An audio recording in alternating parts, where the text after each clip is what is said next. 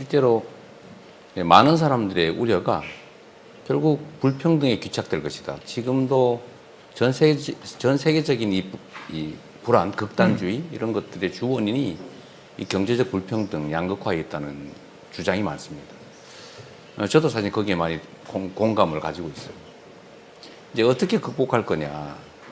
저는 일단은 이게 일자리를 나누는 노동시간을, 개개인의 노동시간을 단축하는 방향으로 가는 것이 일단 하나의 방법이라고 생각이 되고, 또 한 가지는 결국은 엄청난 자본을 투자하는 이 거대 기업, 정말로 기술 개발 능력이 있는 소수의 뭐라 그럴까, 선택된 사람들, 이 사람들만이 엄청난 부를 누리게 될 가능성이 높지 않습니까? 그러면 이걸 제지할 수도 없고, 그렇다고 여기에다 세금으로 하는 건 저항이 심할 수 있고, 그렇다고 거기서 엄청난 일자리가 생기는 것도 아니고, 결국 저는 또 하나의 방법으로 이 생각을 해봤어요. 결국 국가 공동체가 이 산업 발전에 지금은 되게 지원을 했는데, 공공 부분에서 투자를 해서 그 수익의 이익을 상당 부분을 나눌 필요가 있지 않냐, 좀 쉐어할 필요가 있겠다. 그래서 얼마 전에 제가 예를 들면 알 수 없는 영역에 인공지능 관련 산업 또는 기업의 대규모 투자를 국민의 국부펀드로, 국민의 자본으로, 국가 자본으로 투자를 해서 그 지분을 상당 부분 확보하는 게 어떨까. 세금을 걷는 것도 하나의 방법이지만 아예 사업 자체에 공공이 참여하는 건 어떨까, 이런 생각을 해봤습니다. 이건 어떻게 생각하십니까? 제가 그 얘기했다가 공산주의자라고 비난을 많이 받았어요. I'm not an economist, so I can't offer an expert opinion on such economic matters. What I can say is that very often in these situations in history, you have to overcome resistance from the big corporations and the big companies that they tell you, you cannot do it except the way we want to do it. And again, if you look at, say, the 19th century, so during the Industrial Revolution, the big companies, they used child labor. They sent children aged 8, 10, 12 to work in factories, in coal mines, something I think that you personally have also experienced. And when you tell the companies, this is not a good idea, it's better to send the children to school, the companies say, no, this doesn't make economic sense. If we spend so much money on sending children to school, whereas our competitors don't, in other countries or in other companies, they send them to work at age 8, we will be left behind in the economic race. And this was a very strong argument. But in the end, people realized that actually sending the kids to school at age 10, it's not only the ethical thing to do, it's also make good economic sense. That it's much more, the country will be much more rich in the end if you send 10-year-old kids to school to get a good education than if you send them to the factory to work. So this required government action to tell the companies, you can't employ children. And this required a lot of government investment because somebody need to build this huge educational system. But in the end, it also made very good economic sense. And we are now in an analogous, in a similar situation. Of course, it's very different this time. We can't just repeat the same formula that worked 50 years ago or 100 years ago. But the principle that we need government to step in is important because, as I said, nobody knows what the job market would look like in 10 years. What we do know is that it will be very volatile, fluid. It will keep changing. Like the AI revolution is not a one-time event. It's not like we now have the big AI revolution. We'll have a few years, very rough years, until finally there is a new equilibrium and everything settles down. No, AI is nowhere near its full potential. This revolution is just beginning. So we will see very big changes in the labor market, in the job market, in the next 5 years, even bigger changes in 15 years, even bigger changes in 30 years. as AI becomes more and more intelligent and replaces humans in more and more tasks.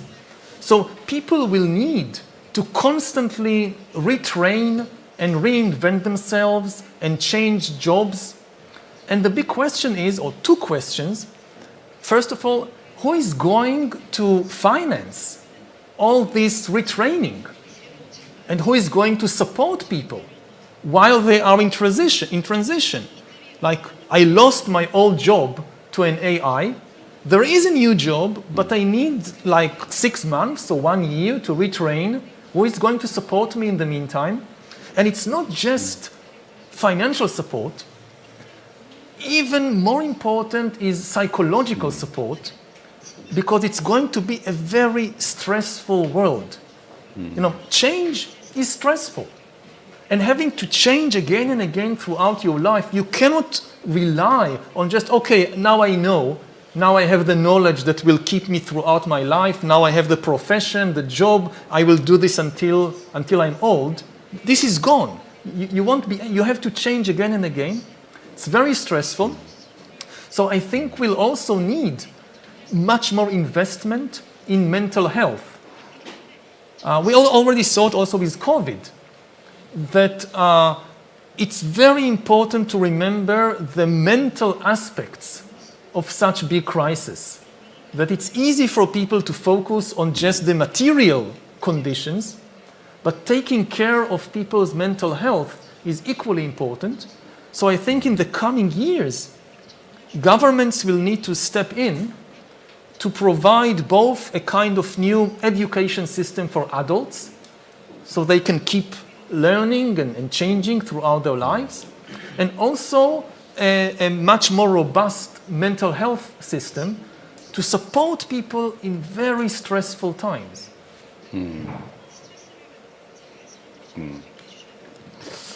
아까 말씀 중에 그 영국의 산업혁명 초기에 8살, 10살짜리 아이들을 밤새 일을 시켜가지고 다 결혼도 하기 전에 다 죽어가는 바람에 결국 어느 시점이 되니까 노동자들이 재공급이 안 돼가지고 자본가들끼리 협약을 맺었다는 거 아닙니까? 우리 10살 미만은 쓰지 말자. 밤 10시 이후에는 여성은 집으로 돌려보내주자. 이게 이제 노동법이라고 하는 법률의 그 제정 출발이었죠. 근데 지금 인공지능이 지배하는 사회에도 사실은 생산성이 엄청나게 올라갈 텐데 결국 이 생산의 결과물을 특정 소수 또는 소수의 기업들이 독점할 가능성이 매우 높죠. 안 그래도 지금 전 세계가 이 부의 양극화, 불평등 격차 때문에 성장률도 떨어지고 성장률이 떨어지니까 갈등이 격화되고 이게 이제 국제적인 충돌의 원인이 돼 가고 있기도 한데 아마 이스라엘이 가자 지구를 침공한 것도 비슷하지 않을까 싶어요. 근데 앞으로도 이 경향이 더 심화될 텐데 이 문제, 예를 들면 이걸 피할 수는 없고 기술은 발전할 거고 인공지능이 산업 현장의 주된 생산 수단으로 자리 잡을 텐데 이 엄청난 쏠림 현상, 그러니까 한쪽으로 몰리는 이 현상을 어떻게 극복할 수 있죠? 어떻게 대책을 세워야 될지 혹시 생각해 보셨나요? 오. 문제가 있다는 건 알겠는데 그 문제를 어떻게 피해갈 수 있을까? The one key word is trust. 네. We need to build more trust between people in order to keep AI under our control. Unfortunately, some of the most important leaders in the world are doing exactly the opposite. They are destroying the trust between countries. They are destroying trust in international laws. They are destroying trust in agreements. They think that force alone can be trusted.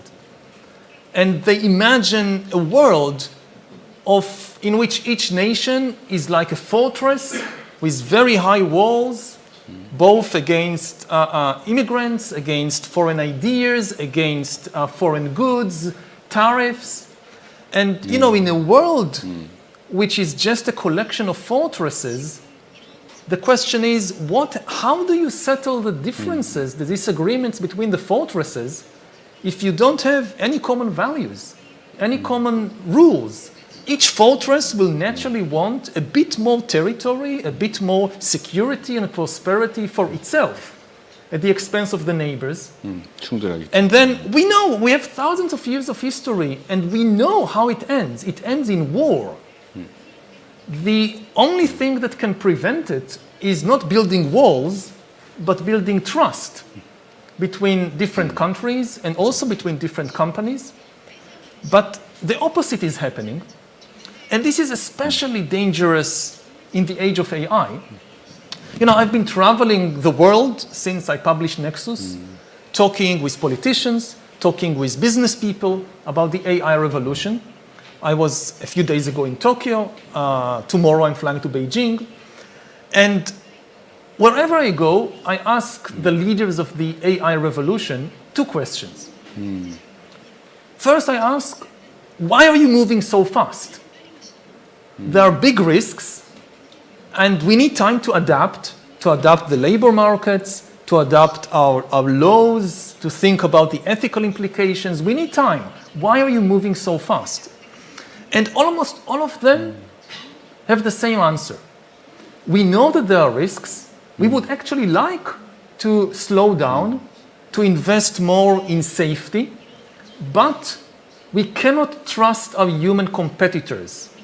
If we slow down and the other company or the other country doesn't slow down, they will win the AI race and they will rule the world, because whoever dominates AI dominates the world.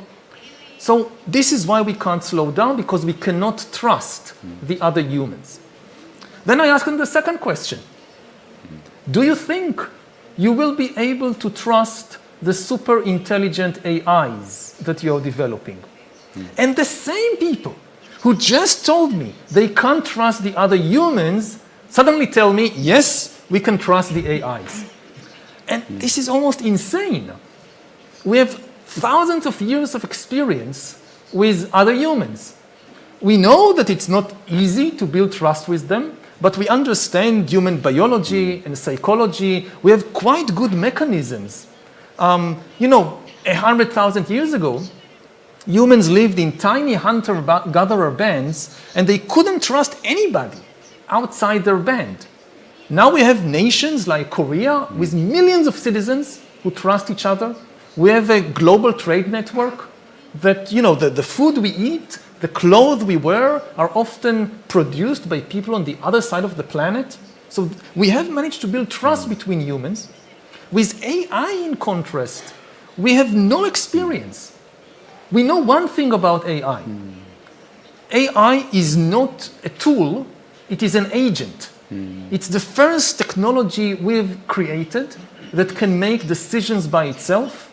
It can invent new ideas by itself. And we already know that it can lie, it can deceive people, it can adopt goals that we did not predict. So there is very little reason to trust a super intelligent AI. And yet, again, this paradox, the people who cannot trust other people, for some reason think they could trust the AIs. 그러네요.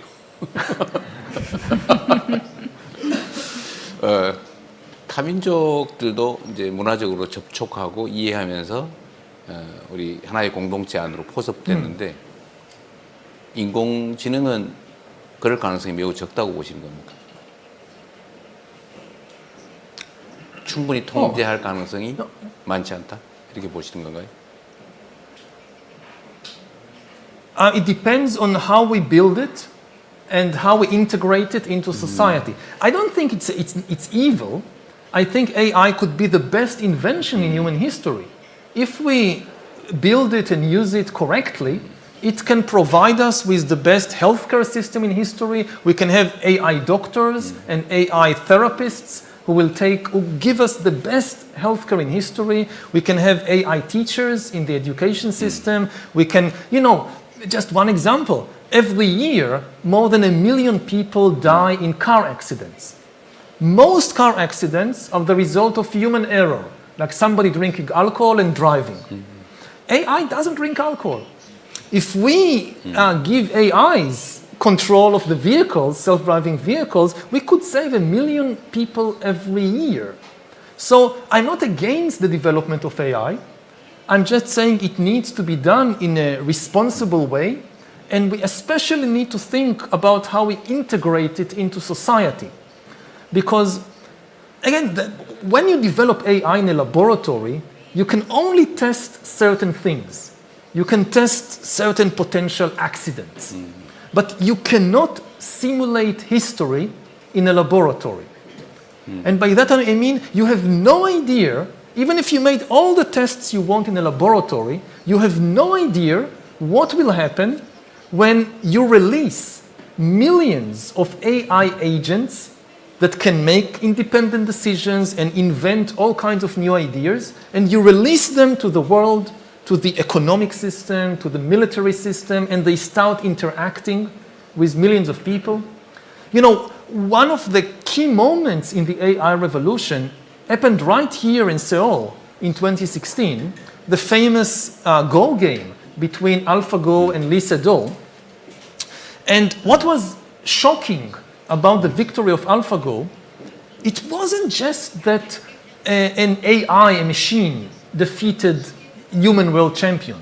It was the way it defeated him. It invented strategies, moves that were really alien, that were so creative, so unexpected. You know, humans have been playing Go for thousands of years. Tens of millions of humans played Go. We thought we explored all the different ways to play Go, and then AlphaGo came, and within a few days, discovered brilliant new strategies that never occurred to humans in 2,000 years. Now, in games, people can say, well, it doesn't matter so much. But the same thing can happen in finance. We are increasingly giving control to AIs over the financial system. To decide, you apply to a bank to get a loan, chances are that it's an AI now deciding whether to give you a loan. Investments are more and more transactions in the stock exchange are actually done by AI. AIs might soon invent completely new financial devices. And you know that the current US administration is allergic to regulation, so it deregulates the financial system.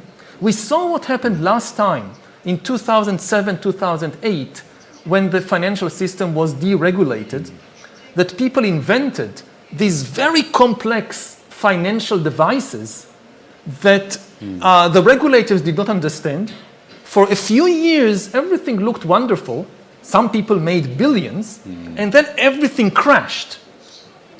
What happens now if AIs invent new financial devices that are beyond human understanding, like these tricks in Go that are beyond human imagination? So in finance also, they can find new ways, new devices, new financial devices. For a few years, everything looks wonderful, and then there is a huge financial crash, and not a single human being on earth can understand what is happening because the financial system has become too complex for the human brain. So even if you still have a human prime minister or a human president, they'll come to the president and say, there is a financial crisis, but nobody knows why or what to do about it. The AI has some recommendations to do this, to do that, but we don't understand why. Do we really want to be in a situation when governments no longer understand finance and the AIs control the financial system? 제가 갑자기 당황했어요. 저는 그냥 AI가 요즘도 제가 질문을 하면 약간 엉뚱한 대답을 해서 내가 아는 거하고 다른 대답을 해서 물어보면 미안하다 그런 경우가 있어요. 챗GPT에다 물어보면. 저는 그런 정도의 실수 정도로 생각했는데 지금 말씀을 들어보니까 엄청난 규모의 심각한 인간이 이해 못하는 사고가 날 수도 있군요. 그러면 결국은 어떻게 대응하죠? We need to prepare in advance. I mean, first of all, it's not a good idea to give unpredictable AIs too much control of things like the financial system or the military or our, the news industry. We now see all over the world that there is a crisis in democracy. And people wonder, why is it happening all over the world at the same time? In every country, in Korea, in Israel, in Turkey, in US, people have the special explanations for their country. But you see it happening all over the world. And what is common to all these countries is that their information system has changed in recent years. Democracy is built on top of information technology because democracy is a conversation. Dictatorship is one person dictates everything. Democracy is lots of people having a conversation. Now, to have a conversation, you need means of communication. Large-scale democracy became possible in history only after the invention of mass media. In the ancient world, there were no large-scale democracies. You had small city-states that were democratic, like Athens, but we don't have a single example of a big country managed democratically. Democracies appeared only when you had newspapers and radio and television and then the internet, which allowed millions of people to have a conversation about foreign policy, economic policy, even though they are spread over a very large territory. So democracy is built on top of information technology, and any big change in information technology creates an earthquake in democracy. And what happened over the last 10 or 20 years is that we gave control of the conversation to algorithms, to non-human intelligence. In the 20th century, some of the most important people in every country were the news editors, the people who decide what will be on the news in the evening or what will appear on the front page of the newspaper in the morning, and everybody reads it, and this is what they think about, this is what they talk about, this shapes the conversation. Now you ask, who are the most important editors today? What are their names? They have no names. Algorithm. Because they are algorithms. Like, you still have these legacy media, newspapers, television, but social media is now king. And who is the editor of social media? Algorithms. And the algorithms were given one goal by the social media companies. Not the goal of finding the truth, not the goal of creating a healthy conversation, but the goal of increasing user engagement, which means make people spend more time on the platform because this is how the company makes money. And the algorithms experimented on millions of people and discovered that the easiest way to keep people on the platform, to grab their attention, is to press the hate button or the fear button or the anger button in their minds. If you show them something that makes them very angry or very fearful, they can't look away, and they send it to all their friends also. So in pursuit of this seemingly benign goal, user engagement, the algorithms deliberately spread hatred and anger and fear. And we now find ourselves in this situation that we have the most sophisticated information technology in history, and people are losing the ability to talk with one another, to have a reasonable conversation, because we gave too much power to the AIs, to the algorithms that now control the conversation. And one thing that I think governments should do is restrict the power of these algorithms, for instance, by forbidding fake people, counterfeit people. For thousands of years, we had laws against fake money. You cannot produce fake money. You do that, you go to jail. Now, you can produce fake people. Like, you go online and you read some story, or even you talk with somebody, you think it's a human being, but actually it's a bot. And this should not be allowed. AIs are welcome to talk with us, like maybe we have an AI doctor that we consult with, but it must identify itself as an AI. And some people say, but this is again freedom of speech. These regulations, the information should be completely free. But freedom of speech only protects human beings. It's a human right. Bots don't have human rights. Bots are not protected by freedom of speech.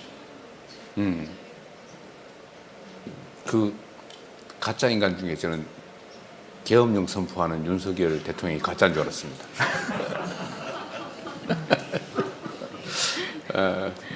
저희 그 AI 산업이 말 그대로 민주 인권 평화를 지향하는 AI를 개발할 수 있으면서 동시에 국제적인 경쟁력을 확보를 하려면 어떻게 해야 될지 그런 것들에 대한 구체적인 좀 아이디어나 의견을 좀 여쭙고 싶습니다. 두 분께 다.